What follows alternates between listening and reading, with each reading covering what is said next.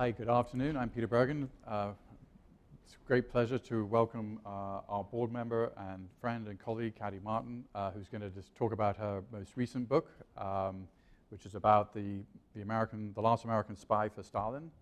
This is Kati's ninth book, and she's somebody with a distinguished career as a journalist and a writer. And has been a board member here at New America almost from our inception. And so Kati's going to come to the stage and describe the key takeaways and stories and big ideas in the book. Thank you.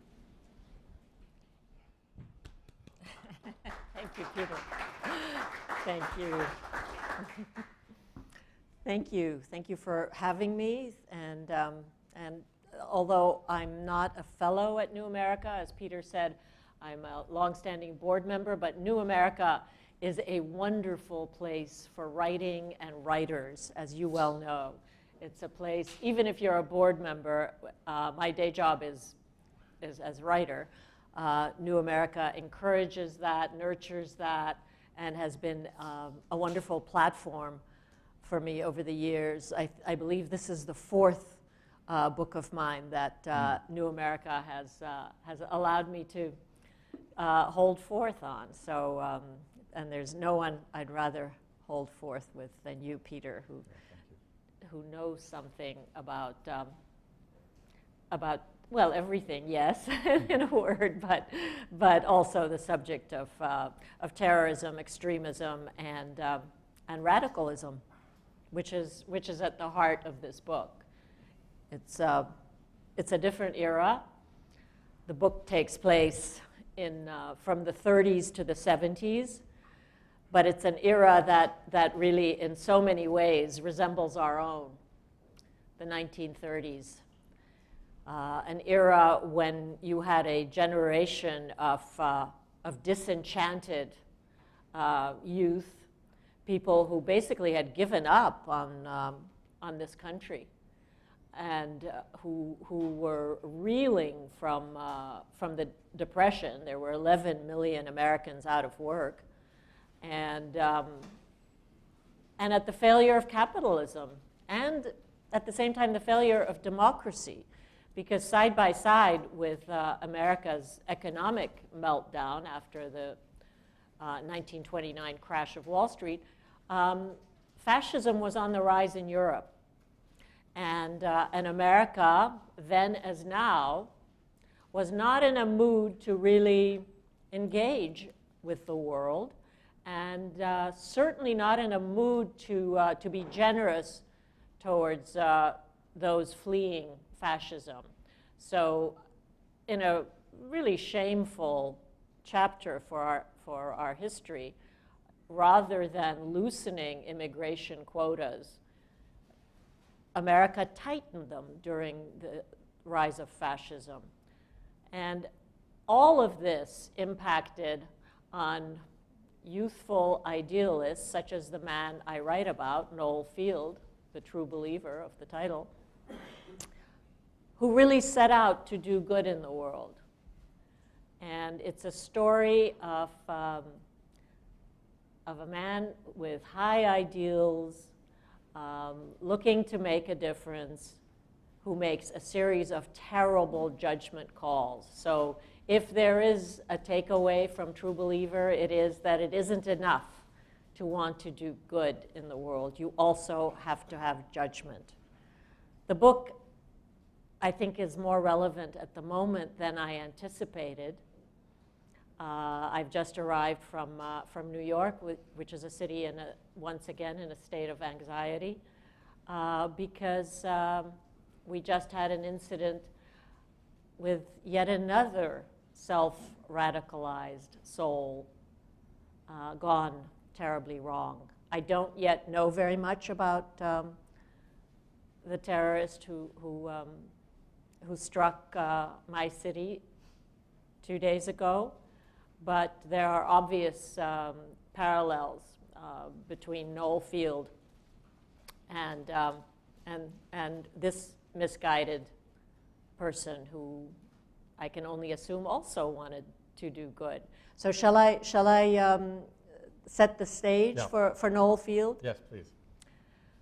So Noel Field was a brilliant young man, born into an old line Yankee family, people of British stock who had settled in New England in the 17th century, so deep American roots.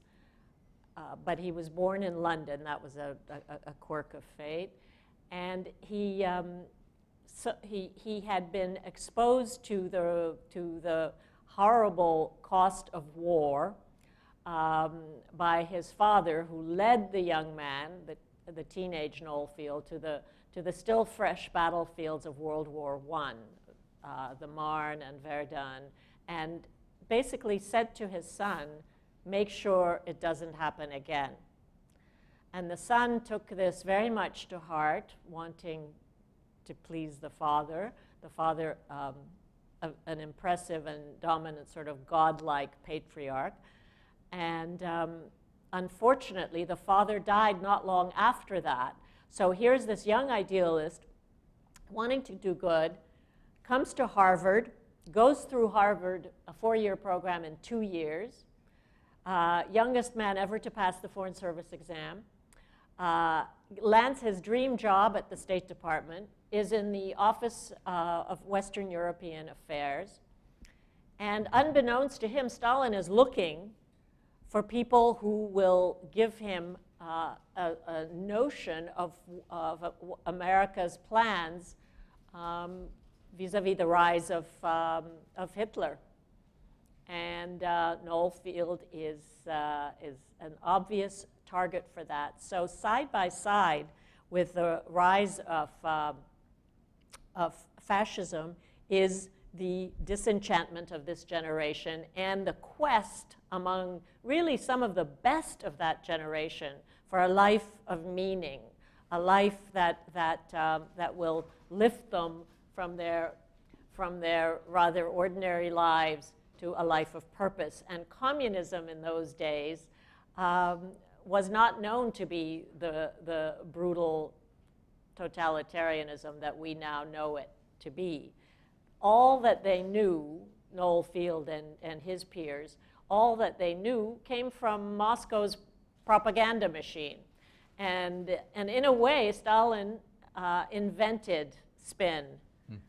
And so Noel Field in the State Department is talent spotted as a potential traitor. And so that when the KGB comes calling in the shape of a rather attractive, very mediocre actress, Hedy Massing, Noel Field signs up. It was a slow seduction. At first, his reports were only oral, and then bit by bit, he was stealing classified documents. And by the end, he was completely converted and ready to even take part in an assassination of a good communist who Stalin felt was a threat. The supreme irony is that when Noel Field was finally grabbed and silenced, it was not by the people that he had been betraying, not by his own government, but by the people that he had been slavishly serving, the Kremlin and Moscow. Why? Because Stalin, A, had absolutely no compassion for his own people, utterly ruthless towards humanity, even when that humanity was serving him, and B, in his final, most paranoid state, wanted to get rid of perceived rivals. And the latest rival was Josip Broz Tito, the hero of Yugoslavia, who was far too independent within the Soviet fold for Stalin's taste. And Stalin needed someone who knew all the heads of the East Bloc Soviet-controlled satellites, who Stalin wanted to liquidate, i.e. execute, as Titoists, as a kind of an object lesson of this is what happens to you if you diverge 1 millimeter from my rule, from Stalinist rule. So Field was lured to Prague with a fake job offer, sort of like Edward Snowden. He had gone east, one step ahead of an FBI subpoena, thinking that he would be safe in the East. There, the comparison with Edward Snowden ends. But he was in the East, fell into a trap. The reason that the FBI were after him was because he had just been unmasked by Whittaker Chambers as a Soviet spy. Big headline at the front page of the New York Times. And that ended his usefulness as a spy, obviously, and it ended his double life, which heretofore he had very successfully lived a double life. And one of the things that I tried to explore in True Believer is how is it that spies can live among us? And I think it's for those of you who are fans of The Americans, it's an endlessly fascinating notion that there can be spies among us, and how easily we are deceived if they're good enough actors. And the KGB was actually very skilled in recruiting the sort of people who would never arouse suspicion. So people of good breeding, they liked wasps. They liked tall, elegant wasps. And Noel Field fit that category, old Yankee family. Harvard was a favorite target. Now, we are talking about an era when the White House and even the FBI were focused on Hitler. So back to when Noel Field was doing his active spying from the State Department. And nobody seemed, not J. Edgar Hoover, who was one of the most, later on, one of the most zealous anti-communist witch hunters in the McCarthy era, but not in the early days of the 30s, which was really when the highest reaches of the United States government, the White House, Treasury, and State Department, were penetrated by Soviet agents. There, in the 30s, there really were witches in the woods. By the time J. Edgar Hoover started his witch hunt, there were virtually none. And that, of course, was the tragedy of the McCarthy era, was that they were going after innocents. But in the 30s, when FDR was presented, President Roosevelt was presented with a list of suspicious characters, Noel Field was on that list, in the State Department and in the Treasury, FDR dismissed that and said, I've got a war to fight. And that is how these people got away for a very long time with their treachery. Thank you for that brilliant exposition of the book. Let me sort of a side question. So Stalin obviously had this very effective spy network, and yet when it came to when he was told Hitler was planning to invade, yes, he didn't believe it. Big mistake, yeah. Right. So I mean, he had this great. Yes. I mean, so Yes. so it says something about policymakers. I mean, it doesn't matter how Yes. good the spying is. It was almost perfect. Yes, yes. No, Stalin was way overrated as a war strategist, but ruthlessness made up for whatever he lacked as a strategist. And forgive me, Peter, but I failed in my brilliant thank you exposition of the book to mention that this is also an astonishing human story, in that it's a story of an entire American family that disappeared during the Cold War. Because after Noel Field was grabbed by the KGB from Prague. His wife, then his brother, and then his adopted daughter all pursued him naively. But again, in those days, people didn't understand that you didn't go looking for people in the Gulag archipelago and expect to return. And indeed, they did not return for 5 years. So it's a case of the disappearance of an American family.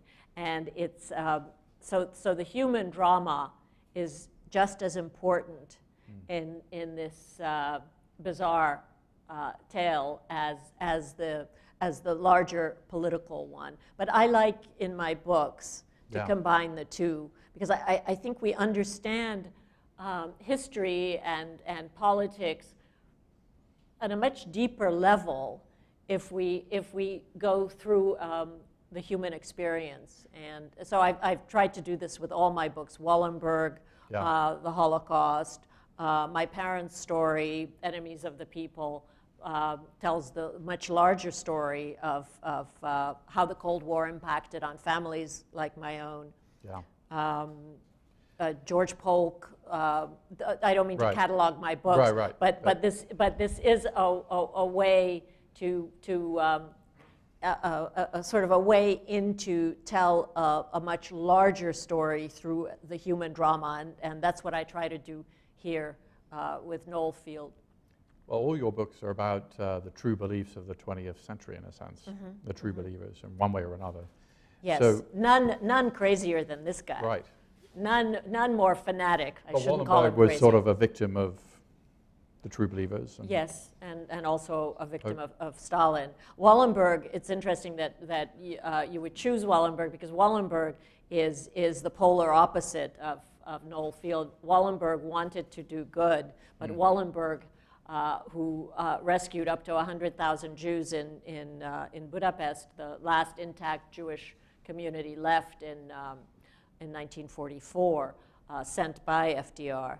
It hadn't occurred to me that many of the characters in my books are the same, but it's such a fascinating period, and with it really resonates for us today, as you know. I mean, we're still cleaning up the debris of that age, and I think we make such a huge mistake in not learning anything.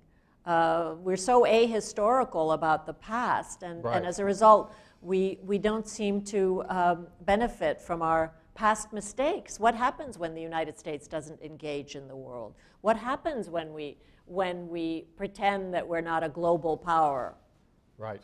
It comes back to bite us. Well, there's a lot of questions that are provoked by it. So, I mean, on the stage just a few days ago, we had Larry Wright, and who's also devoted his career to people who are in the grip of these sort of essentially delusions, but they are theological, or I mean, they're theologies, whether they're secular or really religious.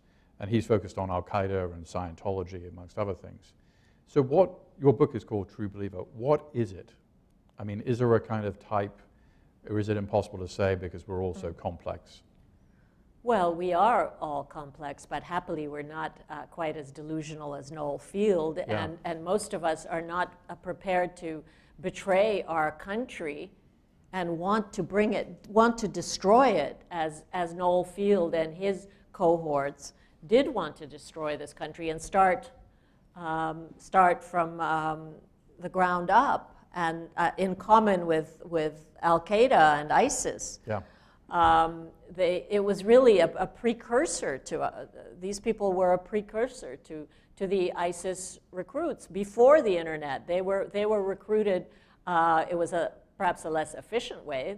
They needed human recruits. They needed attractive actresses to come knocking on their door. But it turned out this social contact, I mean, Noel Field had to maintain this under tremendous pressure and then didn't renege on it. I mean, somehow the social network kind of kept him. Well, I think there is a consistent thread, and that is that there are people who need a faith that explains everything and has answers and promises a final correction of every injustice. Right. and a supremely moral rationale for doing immoral things, such as participating in an assassination and betraying your country. And the remarkable thing, and perhaps that too they have in common with today's ISIS recruits from Europe and from our shores, is that they had never even been to the Soviet Union, and they were prepared to believe that there was, in fact, this utopia called the Soviet Union. Well, that raises a very good question, which is what was the role of the New York Times in particular, but the media in general, in getting the story wrong? Because they were portraying it. I mean, it's in your book, right? Was it Durant who was writing? It was. Well, yes. What did he say about the Soviet Union, and why does, I mean, so relatively educated people, you know, there were. Yes, there was the whole myth of Uncle Joe, the benevolent dictator, who was doing fantastic things for his people. And indeed, the predecessor regime, the Tsars, were corrupt and deserved to be on the ash heap of history, not quite as brutally as the firing squad they got, but the original dream of a people's republic was indeed beautiful. And Stalin really twisted that dream into something hideous and inhumane. But by the time that happened, these people had been captured, because one of the tragic phenomena, again in common with today's ISIS recruits, is that once a young mind is captured, it's almost irreversible. First of all, you're compromised. You generally are forced to commit a heinous crime, which makes it very difficult for you to retreat to your own life after that. But also, you have by now betrayed not only your country, as Noel Field did, but your own family, your friends. You have deceived everybody. So there's no return. So as I portray in this book, Noel Field was tortured after he was captured by the KGB, his own people. He was tortured into confessing that he was not KGB but CIA. And thereby, Stalin could link all the people that Noel Field knew in the Communist International movement as also being CIA, because they were friends of his. So obviously they were his agents, all of them working for Allen Dulles, the first head of the CIA. And so they were led to the gallows. And then Noel Field was dispatched to oblivion. Stalin died, and people like Noel Field were no longer shot. They were just warehoused for life. And what the story bizarrely broke, again on the front pages of the New York Times and other American media, the torturer of Noel Field, or interrogator as they would call him, one Joseph Sviatlo, Polish agent, who interrogated Noel Field and the other members of his family who foolishly went looking for him. He defected. This is where the plot, I mean, Le Carré couldn't make this up. He defects on a shopping trip to West Berlin, ends up here in Washington. After thorough debriefing, the State Department and the CIA organize a big news conference for him where he says, the fields are alive, not with the sound of music.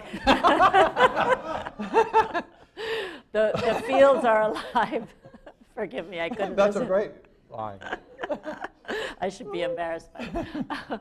The fields are alive.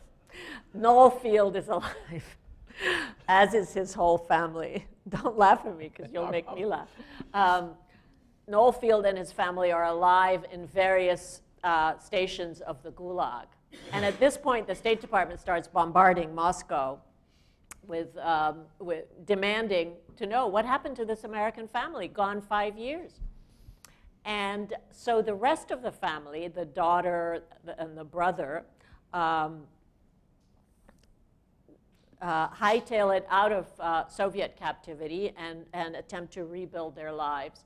But Noel Field and his wife, who have been unmasked as spies in the American papers, do not wish to face the music here. And so they ask for political asylum in the very state that has held them prisoner. Wow. I mean, talk about an extreme case of Stockholm syndrome. Yeah. And there they spend the rest of their lives. Now, one of the, and this is where the story gets really bizarre, one of the conditions of their freeing was that they never talked to Western media about their ordeal, because of course that would reflect horribly on the Soviet Union. The Soviet Union is now under Khrushchev, who is making nice with Eisenhower, and it's a different era. And Noel Field and his wife, who shares every step of this ordeal with him. That's a whole other theme. This is also the portrait of an astonishingly close marriage. The only Western journalists ever to breach that wall were my mother and father. And so that is how I first came to this story, because for my parents were, as Hungarian journalists, prisoners in the same prison as Noel Field and his wife in Budapest. And my parents were arrested just as Noel and his family were released, and as my father's jailer was leading my father to his cell, the jailer said, "Congratulations, you got the VIP cell, recently vacated by an American agent named Noel Field." 2 years later, my father is freed, and I'm a little girl through this, and my father tells us this story that I had the best cell. That doesn't mean with a Danube view. It means with more sophisticated listening devices than any other cell. And then shortly thereafter, the Hungarian Revolution erupts, and my parents, fresh from prison, resume their work as reporters, and they locate Noel Field. And where did they find him? In a very nice villa, which the state had, in an attempt to keep him happy, because he was a high-value defector. They find Noel Field in this house in the chaos of the revolution, and Noel Field is so startled to see this Hungarian couple show up at their doorstep that they let them in, and so my parents conducted the one and only interview, and I benefited from their notes and from their memories. And so many, many years later, I returned to the story, and of course, I benefited not only from the KGB archives, which were briefly open, no longer under Putin, but the KGB archives were fascinating on this case, and how Stalin was the choreographer of every minute detail of this story, and the larger motives for it. But also, I found the surviving family members, and they were mystified as to what had happened, and they shared with me personal correspondence, which fleshes out the human. The human portrait of this man of terrible judgment who ended up doing so much damage, having started out in life wanting to do good. Did he have any regrets? You know, I think the only way he survived was by avoiding self-analysis. Did he double down? Because sometimes people double down. He never apologized to the family that he had absolutely crushed,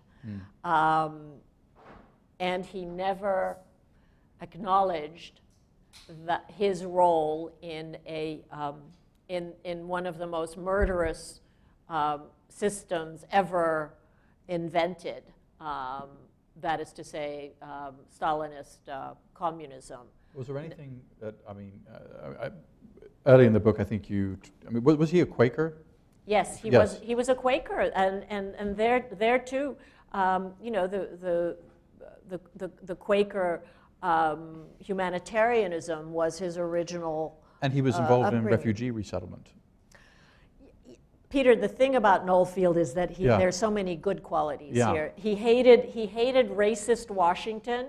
Yeah. His best friends as a young man in Washington were African Americans. And he lived in an African American neighborhood. He lived in so these are all positive things. Yeah. And during the Spanish Civil War, which was kind of a pivotal event for this generation, because the Spanish Civil War was the first time that the West had the opportunity to actually stop just talking about fascism, but actually do something about it. And again, the United States was missing in action, as was the West, and Stalin, it was thought, was helping the democratic elements in Spain, whereas Mussolini and Hitler were arming Franco.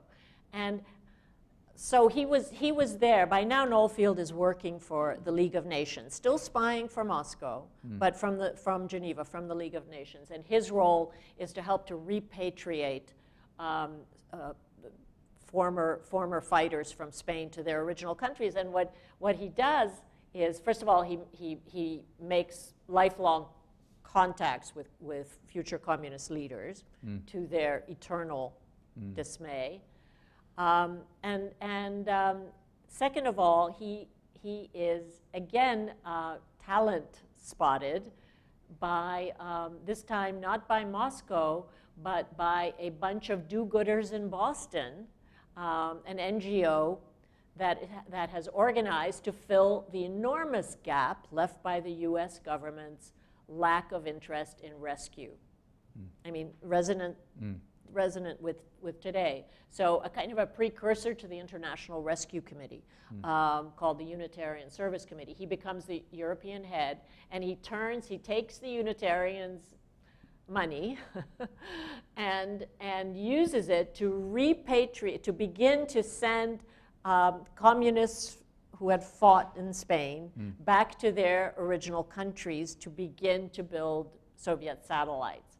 The Unitarians, of course, are oblivious. But wasn't this kind of the first indicator? Weren't some of his colleagues beginning to say, hey, this is a bit fishy, he seems to be very good about repatriating communists, but not really paying much attention to anybody else? So there was a growing sense. One of the things that I thought that I didn't know at all before reading the book was that there were sort of competing Stalinist spy rings who often knew each other, but they were working here in Washington. And they knew each other socially, but they didn't know that they'd been recruited, so they were sort of dancing around each other. Absolutely. They really, all of them took a pledge, and the pledge was for life, and it was absolute secrecy. You weren't even supposed to tell your spouse that you were, and the Communist Party was legal in the United States. We're not talking about the party. We're talking about working as a spy in the Kremlin organized underground. Now, Kim Philby, who was part of this circle, would go into a bar and say the drinks are on the KGB.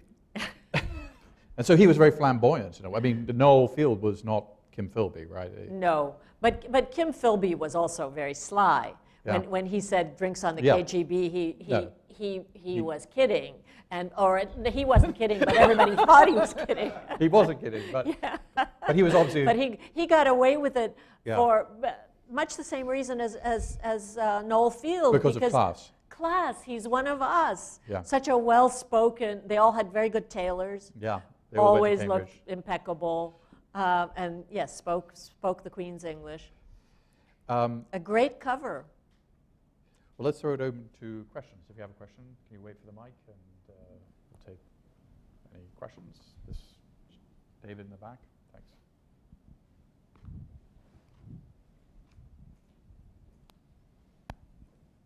Thanks. Hi, David here with the International Security Program. And I'm particularly interested in the American societal reaction once Field and his family are taken east of the Iron Curtain. And it seems like there was a desire to bring them back to the States, which sits in a little contrast to what we see now with people who join ISIS, who there seems to be an attitude that good riddance, they're not in the States, let them die in Syria, and even resistance in some extent to de-radicalization or bringing back defectors. I'm wondering if you think there was a difference, or was there a large push to just let him rot in the gulag? Was it just self-interest? We wanted to debrief him. Well, first of all, Noel Field and his family were in a really an impenetrable world. I mean, the Gulag archipelago was so vast and genuinely impenetrable.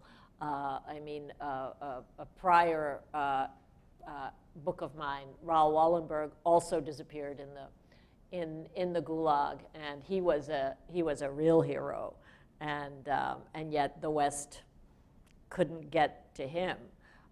Stalin simply lied through all this, and stonewalled, and the fact is that Noel Field, by the time he was taken prisoner by the people he served, had already been unmasked as a Soviet agent. So there wasn't that much appetite to free him. The innocent victims in all this were the rest of his family, who didn't know until, actually, I think they learned the truth in my book, to be honest with you, because it was all so murky and there was so much obfuscation, and once they were freed, they didn't really want to talk about it. Certainly Noel Field, who never talked about what happened to him in prison. He was a spy and therefore a very skilled liar. The only truth ever uttered by Noel Field is in these pages. What did he say? Well, he emerges as a very cold-blooded character. Beneath that, the mask of the Quaker do-gooder and the soft-spoken, well-bred New Englander, Harvard man, is an utterly committed Stalinist, whose first words when freed from prison and facing his wife, who had been in a cell just down the corridor from his in a maximum security prison, and both of them having been brutally tortured into confessing that they were CIA agents. His first words to his wife were, "Have you remained true to our cause?" Meaning, are you still a good Stalinist? Not, "Sorry, honey, for getting you into this mess." So that is you want to talk about fanaticism. This is a level of fanaticism that I think matches any Islamic jihadi. Right. A captive mind. So, and what was the reaction of so you said the family may have learned a lot about that they didn't know. What was their reaction to the book? The ones that I've heard from are very, very enthusiastic. And the ones, and you have not heard from others who are presumably. Well, I mean, because this is a common reaction. You don't. Yes. I mean, people. Yes, I haven't heard from all of them. Yeah. But I think it's painful reading. Yeah. To one branch of the family. But we haven't talked about, there's a shining heroine in this book. I think that's partly why there's a lot of movie interest in the book, is because there is an actual heroine in the book, and that is Erica, Noel Field's adopted daughter, who you only encounter in the pages of fiction, really. She follows her stepfather, Noel Field, who adopted her during the Spanish Civil War. He and his wife having decided that they weren't going to have children because that would divert them from the cause, another measure of fanaticism. But at any rate, Erica spends 5 years in the northernmost outpost of the Gulag archipelago, laying tracks, railroad tracks in the Arctic. And after 5 years, she's released, and she restarts her life here in Virginia, and with 2 children. The 2 children, I just saw them over the weekend. They love this book because finally they understand their mother, who is no longer with us, and they understand Noel, the man who led their mother into the Gulag. But Erica, unlike Noel, was not a true believer, and therefore, when captured by Stalin, she had been a left-leaning, as most thoughtful people of that generation were. If you weren't you were either an isolationist, a fascist, or a communist leftist. I mean, there weren't many good options. But unlike Noel Field, Erica and others of that generation, Arthur Koestler, Edmund Wilson, George Orwell, they saw the light, and they recovered.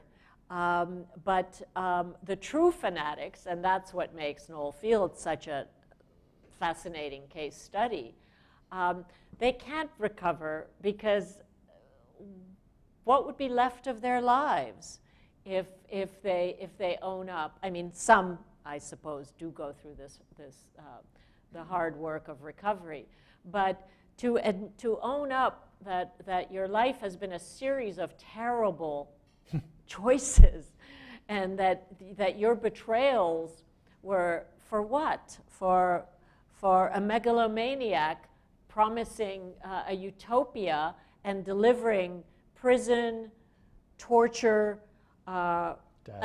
death, and absolutely controlled, in the best circumstances, a controlled surveillance society for those who were lucky enough not to be jailed. To admit that would be such a terrible admission of failure. And I think we're all watching the Americans, wondering if the couple who lives here in suburban, it's a fictional couple, but I find it very interesting. Are they going to be able to confront that? Only in the final season. Right. I'm counting on it. Yeah. No, it's an admission of failure. Yeah. Any other questions, sir? One of the things that comes to mind. Can you wait for the microphone and identify yourself? Thank you. One of the things that comes to mind is how powerful propaganda is.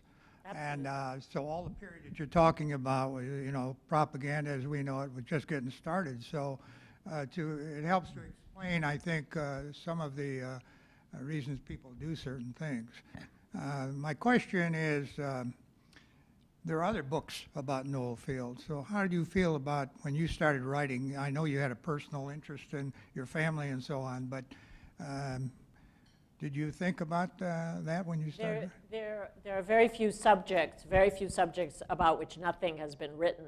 The only other book about Noel Field, well, there's a huge tome of documents in German that was published in the 80s, I believe. The only other book was published in the 60s, before the KGB's archives were opened. So extremely, extremely limited account, and none of the correspondence was. This is the first time that the correspondence has been made available to a writer, and it's the first time that the archives have been used. So it's a different account. How do you use the archives?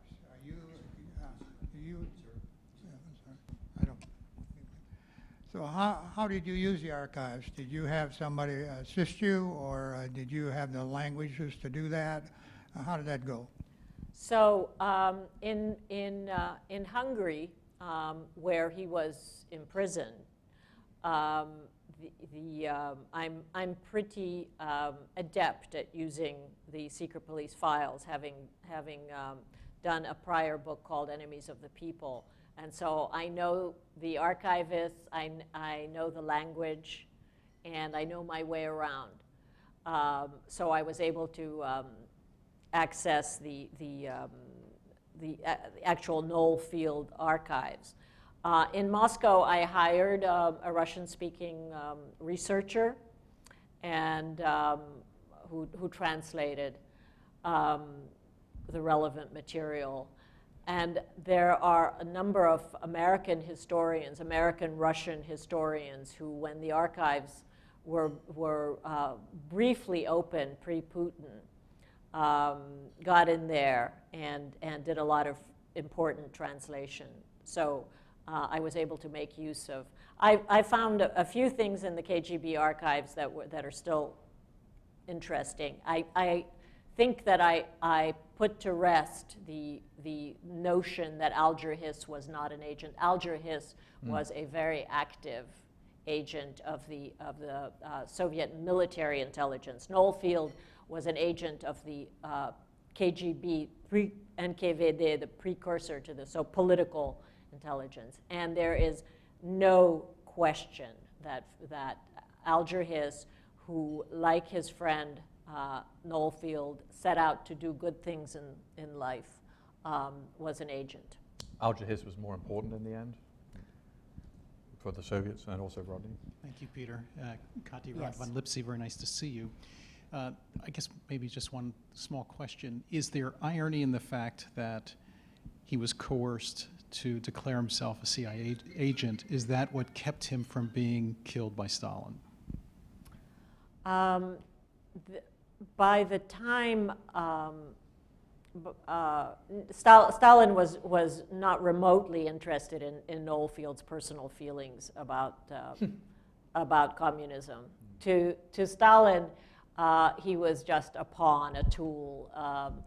But I think that's the point. So why wasn't he just killed? He He was no longer useful. And so the question is whether or not the fact that he was declared as now a CIA agent gave him a status that made it more difficult for the regime to just assassinate him. That could be. He was also, Stalin died in 1953. Noel Field was of no danger. He was warehoused in an impenetrable fortress. There was never any shortage of space in the Soviet prison system for sketchy characters. That was not a problem, and so he really presented in his utterly reduced state. Noel Field presented no danger to Stalin. And I think that the fact, if anything, protected Noel Field, I think it was that he was an American. Because even for Stalin, yeah, that might have been. Not the fact that he was CIA, but and I think that that was the reason that Noel Field was never seen in court, never appeared at any of the many trials that evoked his name. Hundreds of people were tried in the various East Bloc capitals as, quote, fieldists, Field's recruits. And Noel Field was never in the dock. I think. How many people died as a result? Hundreds. Hundreds. Yeah. Now, it's not to say that Stalin wouldn't have found another way to get rid of his rivals. Right. It's the astonishing historic fact that it was an American who was the chief witness for the prosecution in Stalin's last wave of paranoia. Stalin pursued exactly the same script for the show trials of 1949, 1950, 1951, because Budapest was the first show trial, but then the caravan moved on to Prague and Warsaw, and the only reason there wasn't one in East Berlin was, again, it would have been too provocative with West Berlin so close. to stage one of these spectacular phony shows. These trials had absolutely nothing to do with justice. They were as much propaganda tools as ISIS beheadings. They were meant to spread terror, and they did. Any other questions? Start with Andres. Hi, Kati. Hi, Andres. Congratulations. I'm Andres Martinez. First of all, I commend you for, as you said, the way you weave personal stories with larger history, and I think you're uniquely qualified to do that, and it's one of the reasons I really enjoy your books. It's kind of like reading nonfiction Alan First, a novelist I'm a big fan of in terms of setting a mood. That's high praise. Thank you.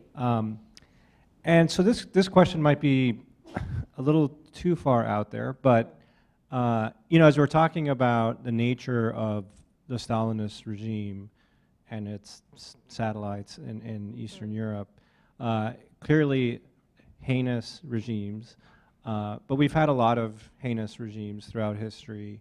One of the things that just seems so distinctive about the Stalinist regime is the way it consumed its own. Yeah. And it's kind of startling because if you think of the 1930s as a starting point, the Soviet Union had a pretty good PR thing going, as you point out. And there were legitimate reasons why the best and the brightest in the West might have fallen for the line, right? Absolutely. The ideal was universal, and as you said, things happening in Spain and elsewhere. So on the one hand, it seems like they squandered all of this moral high ground. It wasn't substantive, because obviously behind the Iron Curtain, if you will, the regime was heinous. But it had this allure internationally. Even the New York Times would write glowing stories about what was happening in Moscow, and given the fight against fascism. So, but after 1956, clearly nobody is ever again going to, the best and the brightest are not going to fall in line behind Stalin once the Russians themselves reveal the heinous nature of what Stalin did. So as I sometimes think about all this, I wonder, did the Soviets get as far as they did thanks to the ruthless nature of its regime, or might they have gotten a lot further and might still have appealed to some of our best and brightest through the 50s and 60s if they hadn't been so pathological, if Stalin hadn't been so pathological in consuming his own, to a point where his successors in Moscow have to say, this place was rotten.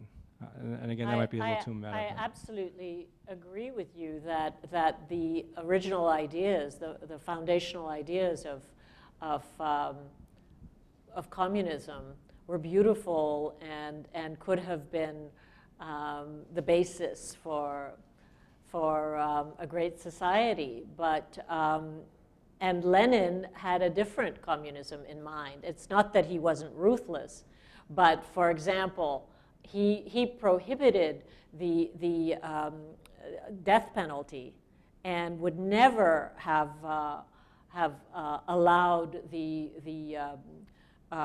persecution of good communists the way Stalin did. So it was, but Stalin was, look, I mean, we can say that Germany would have been a different state without Hitler. I mean, the human factor cannot be underrated. It's human beings. It isn't only the great trends of history that shape events. It's human beings. I mean, you know, we're God knows we're in a moment in our own history where the human factor can be highly consequential, and I think that people had better pay attention, because a single determined, charismatic, powerful salesman can lead people in a terrible, destructive direction, as Stalin did, and all the while, if combined with a kind of a passive population, a population that doesn't do the fundamental work of a citizen, That is to say, I think that the number one requirement for good citizenship is to be informed. If you're not informed, then you leave open the door for a determined, ruthless dictator. And the Russian people were not informed. And I'm just hoping that we, the American people, are informed. But that remains to be seen.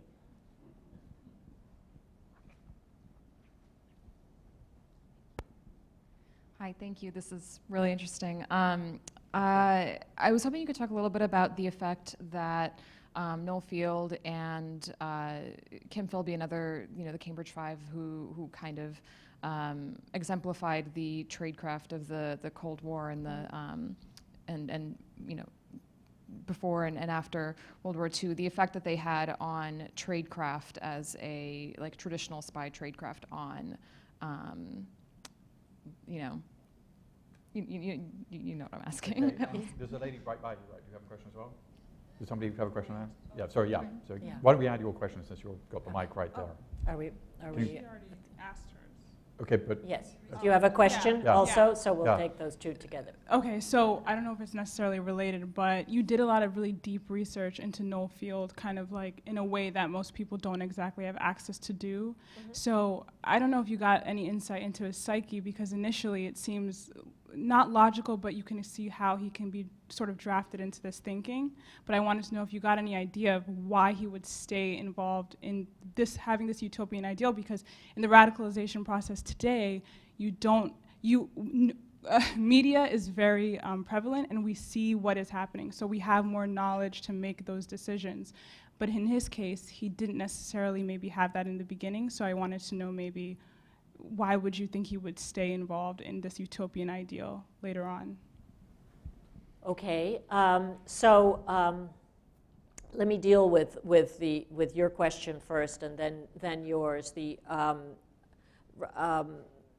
Noel Field self-radicalized. That is to say that he got hold of whatever he could on the subject of communism, of utopias, but it was all, to use that most overused word, carefully curated.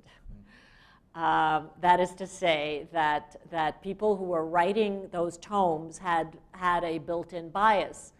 I regret to say that I think more and more the way we get our news is also equally curated. That is to say that people look for confirmation of their own views on the internet. They are not exposed to a wide range of opinions as in the days of old media we were, because there weren't all these many platforms that just reinforce our original biases. So I think it's, again, another parallel that we have access to so much information, but information is not necessarily knowledge. And I fear that we are shrinking our thinking in a way to match Noel Field's.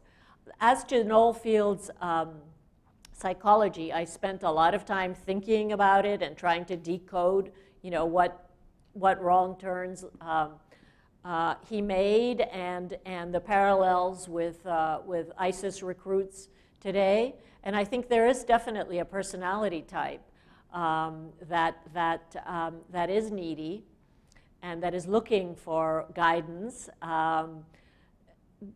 Coincidentally with his conversion to communism was the death of his larger-than-life father, who I think might have tempered his fanaticism and maybe channeled it into a more benevolent form of utopianism, humanism. There are other ways to serve mankind. The Wallenberg route, if you will, Noel Field was the sort of man who loved humanity, but didn't really like human beings so much. And I think that's a dangerous He wasn't so great on interpersonal relationships. He was a loner. And I think that is definitely a personality type that is vulnerable to recruitment, to a cause that gives him institutional warmth, if you will, an instant family, makes him feel like he is an important actor in history, making things happen. Whereas, even though he was in the State Department, perfectly good job, I think the people around him were AAA ambitious, rapidly rising young stars. Washington is a magnet for that type. He was in the wrong place. He didn't know how to compete with those people, and I think that they underrated him. He enjoyed the fact that he was fooling them. The Tradecraft question? Yeah, what was the effect that they had on tradecraft as a tool being used in the Cold War and post-Cold War era? Well, the tradecraft between then and now, I think that the tradecraft has changed dramatically because it was all human intelligence then. And it was very easy to steal documents. And the State Department was such an innocent organization where it was just, there would be many copies of classified documents. And we really thought I mean, famously, the Secretary of State said, "Gentlemen don't read each other's mail." We really felt that we were in a genuine alliance with the Soviet Union to fight fascism. When Stalin was planning for a very long time to ally himself with Hitler, that was not a spontaneous act of the moment. I describe how a year and a half prior to the Hitler-Stalin Accords, it was already decided. So we did not have very good intelligence from Moscow. Our focus was, I was about to say our focus was all on defeating Nazism, but really our focus was on ourselves. And again, I want to underscore that's not a viable option for the United States. It leads to dangerous, historic moments for the world. A couple questions here. Yeah.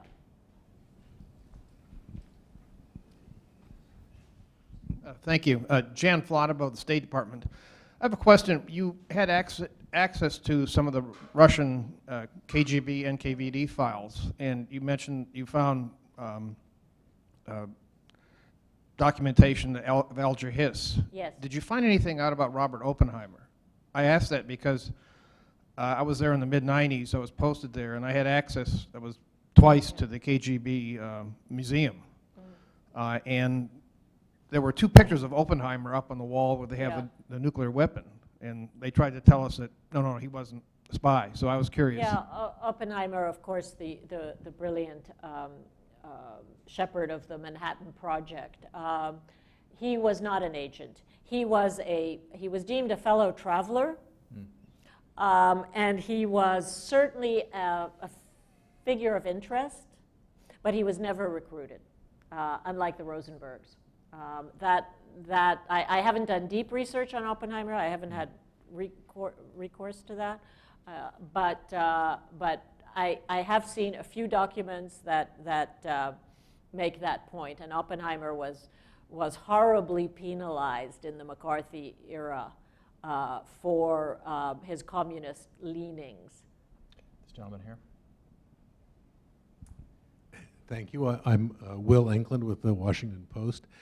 You mentioned that he was initially recruited because Moscow wanted to learn something about American intentions, policies towards Spain and the war in Spain. Yeah, towards fascism, towards the rise right, of, yes. Right. So Spain is part of that. In his career in the State Department, did he provide material to the Soviets that was consequentially damaging to the United States? I think he did, yes. From the London Naval Conference, which was one of the early attempts to confront the fact that that Hitler was not going to honor the Versailles Treaty's restrictions, and there he was a very active spy during that conference. It was his first big international conference, and he provided a great deal of information from behind the scenes, and also gave descriptions of the players that only an insider can play, all of which is when espionage is really about human intelligence, knowing who these characters are, including the American ambassador to Moscow, William Bullitt, can be very useful. But one of the things that I learned in this research was that it isn't the quality of the material the spy steals that determines whether he's an important spy. It's really the willingness to spy and to betray your country that marks you as a spy. And the other thing that he provided the Kremlin was Kremlin cryptologists could use his encryptions to decode other documents. I'm no specialist in this. But I had to learn the basic language of espionage, and I must say that I find espionage absolutely fascinating, and the motivation of people who undertake that kind of work. By the way, neither Noel Field or any of these people that we've been talking about, Algeriz, any of them, they did not do it for the money. They were never paid. They did it because they were true believers. And judge for yourself as to which is worse, doing it for money or doing it out of fanaticism. Final question. Just a small question. What was the motive there? What was the motive? Yeah. If it wasn't money? Yeah. Belief. What's the motive of somebody who signs up to be a warrior for Islam? Yeah. It's belief that this is a corrupt state, that this is a broken country, the United States, and that the answer lies in another doctrine, another faith, if you will, and another leader, Stalin. Whether it's Stalin or a caliph, Yeah. It's handing over all power, all control to someone who professes to hold all the answers. And there is a personality type that is drawn to that and that finds relief in abdicating responsibility and judgment to a higher order, a higher leader. And unfortunately, that is in every historic period there have been these movements. And this is, I write about one that took place in the 30s, but we have one now. And Peter writes about that. Well, we want to thank Kati very much for a really illuminating conversation. Thank you. Thanks, Peter. And Kati is more than willing to sign books. Yes, happy to sign books. Thank you. See you. Okay, bye. Okay, bye. Is that all right? Yeah, it was great. It was great. Now you don't have to finish the book.